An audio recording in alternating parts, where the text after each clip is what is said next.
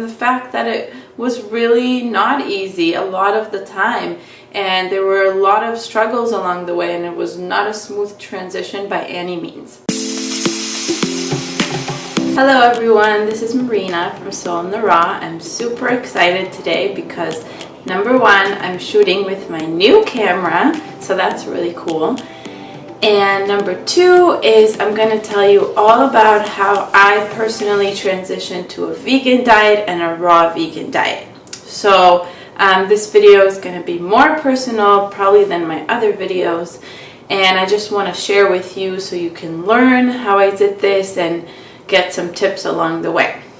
Now, this is going to be just my personal story, and below this video in a description box I'm going to link the blog post that I wrote, and the goal of the blog post is to give you practical tips and ideas. There's shopping lists on there, there's a menu, a meal plan, and also my really basic kind of recipes, kind of my go-to recipes that I love. So I think that's going to be really helpful for those of you that are kind of thinking of transitioning or just kind of starting it. So let's get into my personal story now. I started with raw veganism in 2011, so about 5 years ago now, even more. And everything started because my mom was really sick. She had been sick for 8 years with a chronic illness called IC. And I will link her story and her words below this video too, because it's really, really inspiring and incredible. And she was really sick. She had this bladder condition. She had to constantly go to the restroom. She had severe pain, and she basically couldn't function at all. She couldn't carry on a conversation. She couldn't leave the house because she always has to go to the restroom. And you know, it just completely ruined her life and the whole family's life because she just lost her functioning as a person. When you're in pain, that's kind of what happens. You can't really focus on too many things, so it's totally understandable. And she started trying all these different things that doctors kept recommending to her, and also some very extreme things like bladder injections and all sorts of things that are available right now through the medical field. And none of them removed the disease completely, and that's what she wanted. She wanted to have a normal life, and they just kept telling her, look, I'm sorry, but it's not possible. And she just didn't want to believe that. So she started reading up and seeing how other people, what they were doing or how they were healing from all sorts of different diseases. And she read about water fasting and raw food. So I'm not going to get too much into her story. You can read about it at the link below.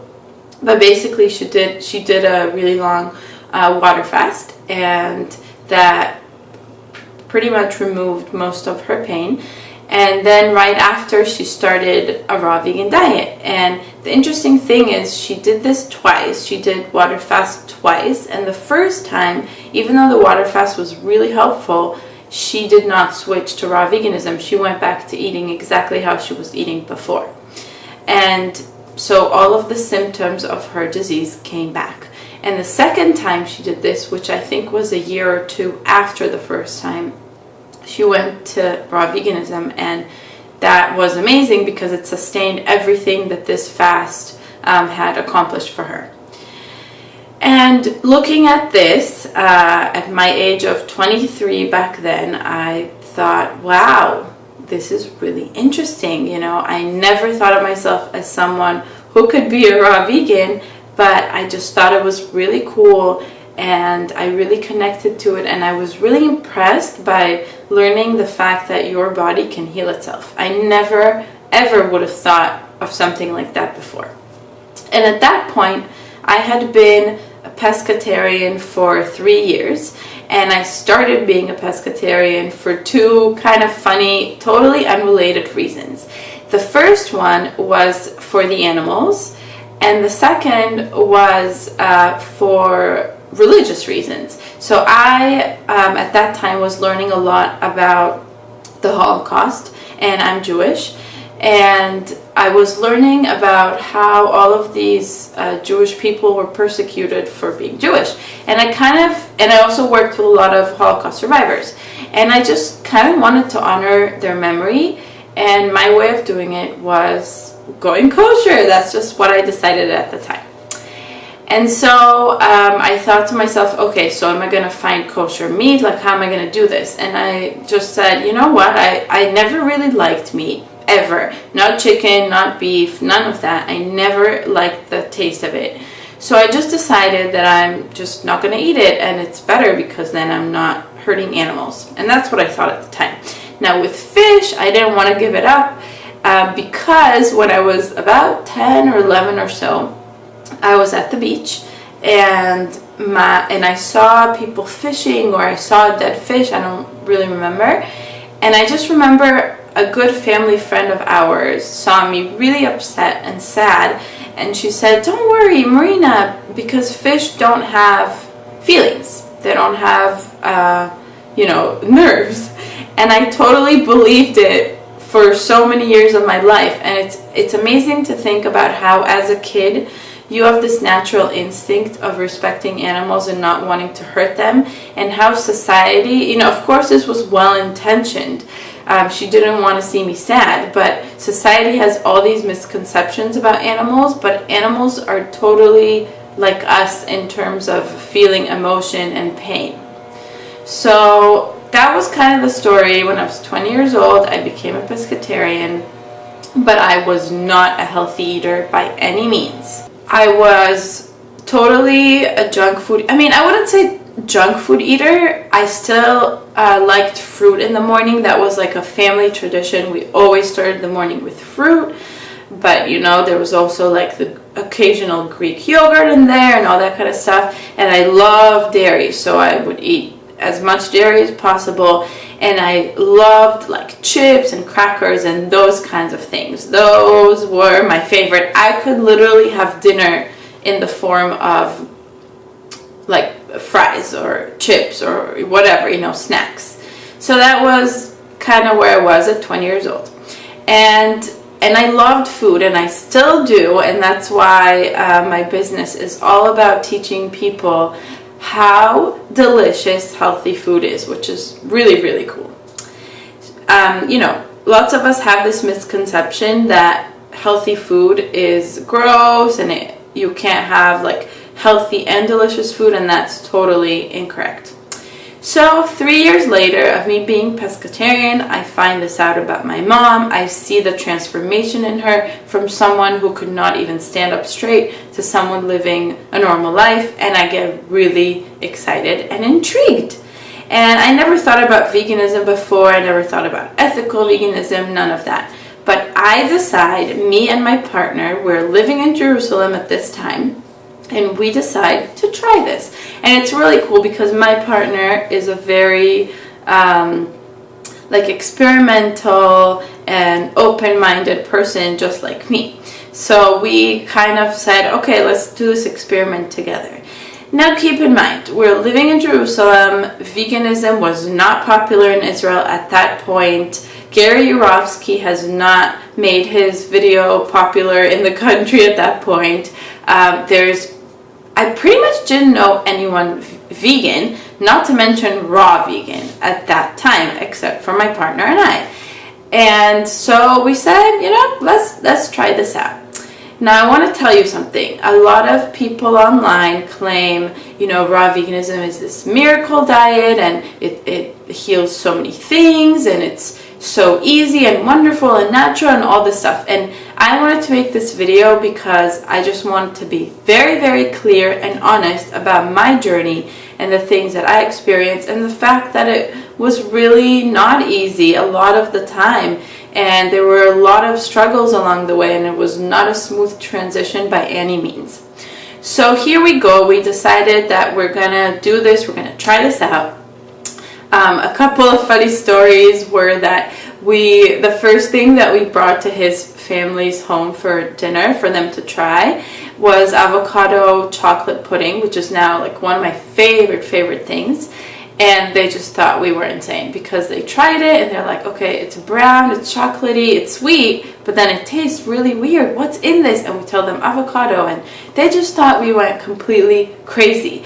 Like, his mom was really excited because she bought this pie book with, you know, vegetarian recipes for me because she thought I was vegetarian. And now I come in and I tell her, no, we're raw vegan, you know. So for her, it was like, what do I feed my kids? You know, I want to make them happy. And for her, food was the way to show us love, and she couldn't do that anymore.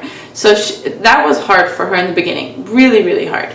And that was kind of the situation with our family, not to mention my grandparents. They just thought I went off the deep end. What? You're not eating meat, you're not eating cheese, you're not eating fish, like, and now you're not cooking. And my grandma had no idea what to make for me. You know, it was really, really difficult. And my friends thought I was crazy. But over time, with all my kitchen experiments, they started loving trying all this stuff. Not to say that they were going to go raw vegan or vegan at all, but they loved just trying it out and having fun. And for me, it was like, I looked at it as this huge, big experiment, because there was no one there to teach me how to do this, and I had to teach myself. So I would go to YouTube, I would read and look at recipes, and all of my community that I had was online. It was not in person. I mean, yes, I had my partner. It's a very important person in my life, and I was really lucky that my immediate family and him and I, were doing this together. But other than that, all of the people I interacted with thought I was insane. And now in terms of the journey with like my body and how I felt, and you know, the types of foods I was eating, as I mentioned, I kept trying recipes, and a lot of them were just like disgusting. Like they were not working out. Smoothies that just turned out like blech, like what is this goop thing that I had to throw away or just like force myself to drink. I did not have a good blender in the beginning. We just kind of went out and bought an expensive-ish blender, but definitely not a good blender. It did not do a good job. There were chunks in everything, and we just like forced ourselves to eat it. I remember like the first recipes that we started making that actually turned out good were so exciting because we were clueless. Like, this was, we had no idea what we're going to eat. And one of the first things that we started incorporating, so it's not that we went raw vegan overnight. It took time. One of the first things that we started incorporating was green smoothies. So that was really easy for us, and I really recommend, if you want to start out, try that out because it's just so quick to make and it tastes great. It's awesome. Other than that, in the beginning, we were still actually eating animal products. So my partner was a big like meat eater his whole life, and you know, quitting that took time. And in our minds, I think the first thing that was really, really important for us to quit was any refined and processed food. So that was kind of like our priority. We wanted to stop eating processed food. So we were still eating animal products. We just started looking, like having the mindset of looking at ingredient labels and not buying anything with weird ingredients that we do not recognize. So that was a really, really important step in a healthy direction for us. Before that, we were completely unaware of what we put in our body, and now we started to be aware, which was really amazing. And then Gary Yurofsky made his video, which I can link for you in the description box. And I just want to warn you that it's very graphic. I personally have not watched it because I cannot handle those types of videos. I'm extremely sensitive. I will dream about this for months and stuff like that. So just to explain to you, he basically reveals the animal agriculture industry, animal farming, and how animals are treated, how they're killed, how they're raised, and all that kind of stuff. And it's very graphic. It's, you know, he shows photos, he talks about it. It's a really good lecture, and it became very popular in Israel when we were living there. And it just was passed down from person to person by email and Facebook and all that stuff. And I saw it, I didn't watch it, but I was like, oh, I should send this to my partner. And I thought he was never gonna watch it. But actually, I was like making dinner, blah, blah, blah, you know, in the kitchen. And all of a sudden, I see that he's watching it, and he's like, oh my God, oh my God. He's also a very like sensitive and loving person. So he just sat there and just watched the whole thing. And it really, really impacted him. And he said, I don't want to eat this stuff anymore. I just don't, right away. So he took meat out of his diet right away, which was cool because at that point we were on the same page. And fish was next for us, so it took us time to get it out, but we eventually did. And when I say time, it was like 2 years, okay? So for any of you like really, really struggling and feeling like, oh, why can't I just do this like overnight or within a few days or even within a few months, I understand, and it takes time. We get addicted to these foods in so many different ways. We get addicted emotionally, physically, all sorts of ways, you know. So just give yourself time. And I write all about this in the blog post that I am linking for you. So all of these tools and tips for you to help you transition. So anyway, so fish was next. It took time as well, but eventually we did get rid of it, and we would eat sushi all the time. Like we would make our own sushi with raw fish. So it took us time to get rid of that and just start making raw vegan sushi. And the next thing was dairy. So dairy was the toughest for both of us. I think especially for me because I love dairy. And I love cheese mainly, you know, the milk and that kind of stuff was not a problem. You know, so it was mainly the cheese. So if any of you are cheese addicts, I sympathize greatly. And so I was like, this whole time, it's really important to remember the goal, right? It was always in my mind, no animal products. Eventually, no animal products. For ethical reasons, for my body, you know, for health reasons and all that kind of stuff. So many reasons to just not eat animal products. The research shows it very clearly that they're unhealthy. The environment, which by the way I knew nothing about until I moved from Israel and I started reading more about it, and the animals, of course. So this was a goal in my mind. I wanted to stop eating the dairy. And so once a month, I kid you not, I would hold out until like about once a month. I would go and just get this block of cheese and just eat it on its own with nothing else. That was how intense my addiction was. It really was. And one day I remember I did it in the office where I worked. I just like ate an entire block of cheese, and people were looking at me like I was crazy. And at that point I realized this is crazy, you know, this is an addiction, like a real addiction, and I need to stop it. And so I started reading a lot.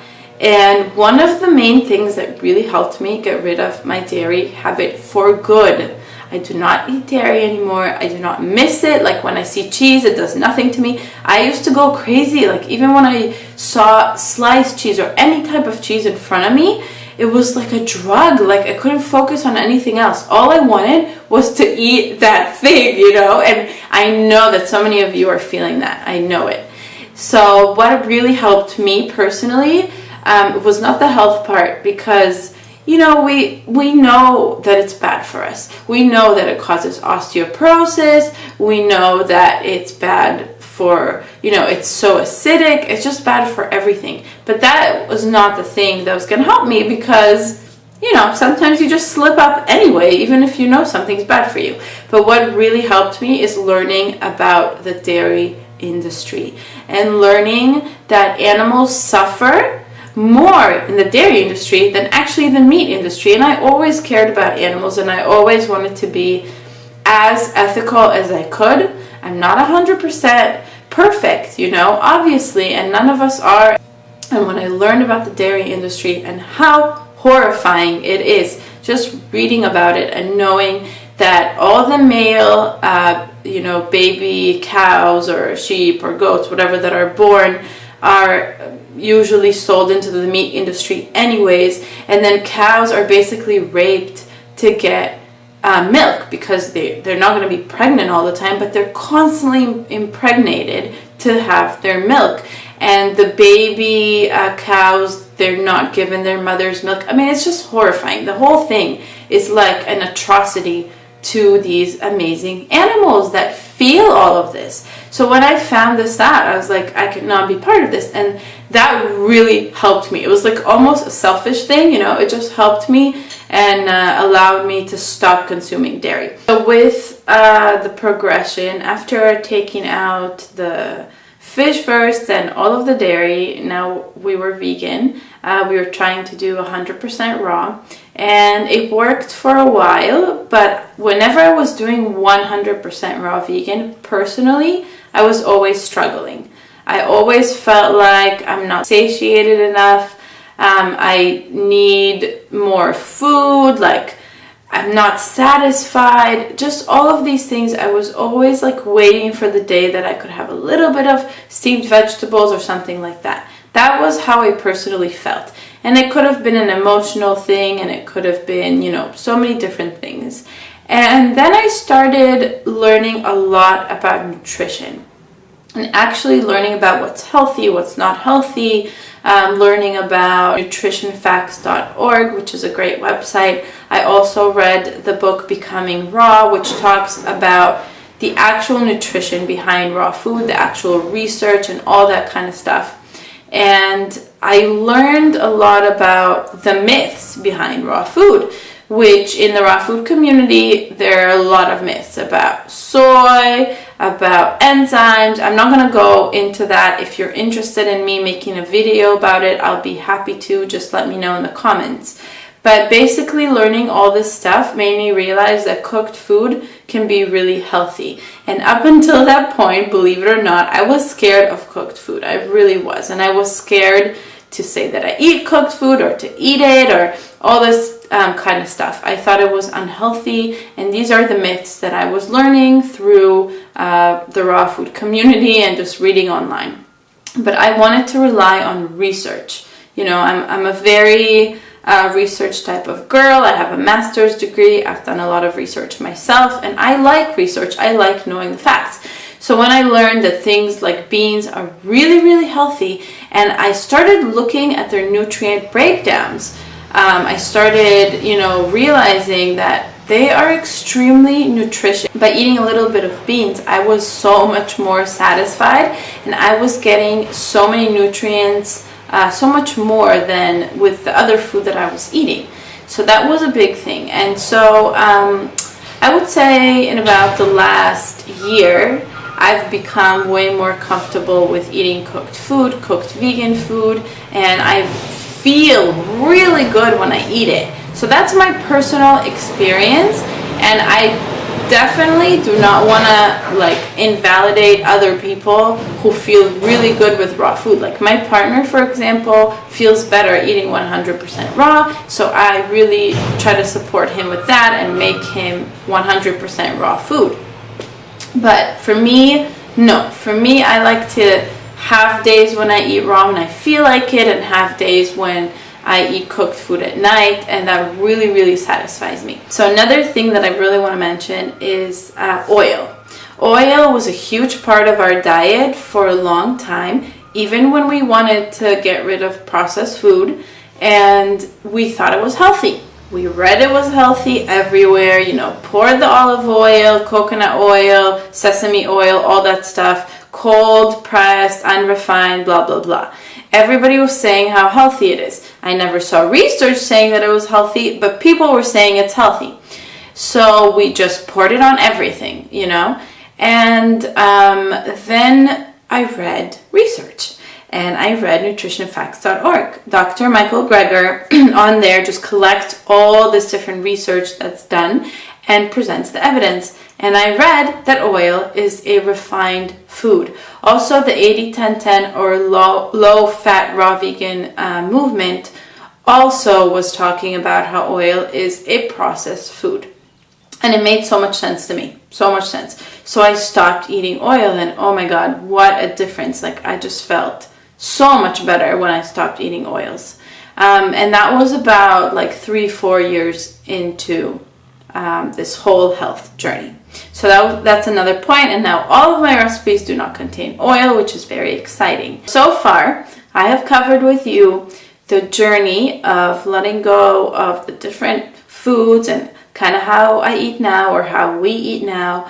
And I've covered the different recipe experiments and all of those things. Now I want to talk about how I feel and felt with this journey.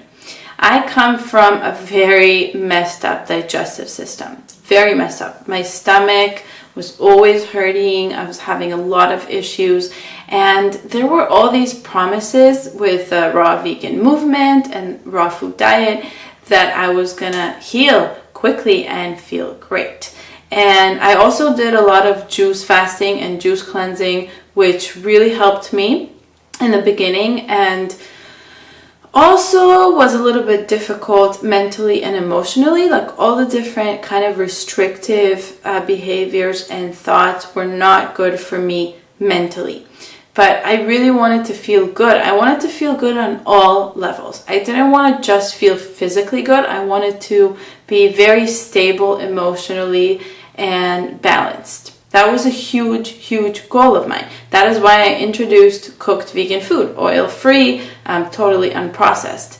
It really helps me feel stable. I feel so stable when I eat that. So with my digestive issues, that was one thing. The second thing was severe PMS, horrible cramps, debilitating. I could not function at all. And if you want to, I can make a separate video on that. I'm not going to go into this.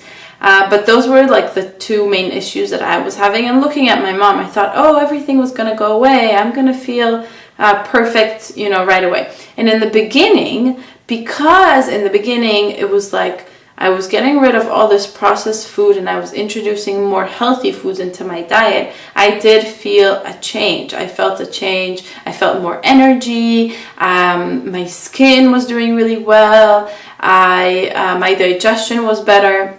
And also my period didn't hurt for a couple of months. And after a while, it came back. A lot of the issues came back, and I was really struggling. I was having intense digestive issues. My digestion could not handle all this fiber and water that I was putting into it. It was bad. Like one day, I remember I thought I was having a heart attack. It was that bad. It really, really hurt. But the main thing that I want to tell you is that I didn't want to give up. I didn't give up because I learned that this diet is healthy and this is the way I want to be. Now, we're all different humans and we all need a different arrangement of the same kind of general lifestyle. But if you think that veganism means only one thing, you're so wrong, because it can be like junk food veganism. Raw food can also be unhealthy. If all you're eating is like nuts and seeds and oils, I don't think that's a healthy diet. You're not getting all of your nutrients that your body needs. And also we're all different in terms of like how much fat we need and how many greens we need, and if we thrive on fruit or do we thrive on starches. All these different questions. And so I did not want to give up. I wanted to explore and try. And it was like a massive experiment, and it was really upsetting and frustrating very often. Like there were days when I was just like on the floor crying, what am I doing wrong? I'm eating so healthy. I am doing everything right. Like, why isn't this working? So if you're in that position, just know that you shouldn't give up and you should keep trying, and you will get to the solutions that you need. With my digestion, I have to say that it's night and day right now. It's amazing. It's so much better. It's changed so much for the better. So that's a huge thing that I've resolved.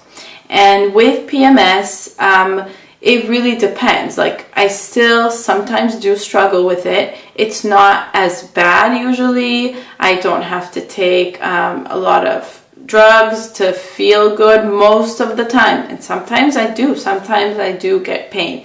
And the interesting thing is, it really doesn't depend so much on my diet, because my diet is good. If I go out to eat and I happen to eat oil, that's not a good thing for me. If I eat too many nuts, probably not a good thing for me. If I'm stressed, That's the biggest thing. So your health is not just about what you eat, let me tell you. If I'm stressed out and if I haven't been doing my meditations, which are like my lifesaver right now, I do meditations every single day and I go to bed very happy and I try to wake up very happy. If I don't do that, I know that I'm going to have really bad PMS. Or if I have like really difficult emotional moments in a month or something, same thing. So that really affects it. So that's kind of in terms of my health.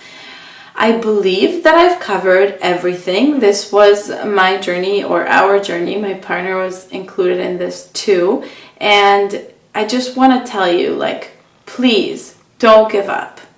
I know that it's a long journey, but this is like 5 years of my 29 almost years of life.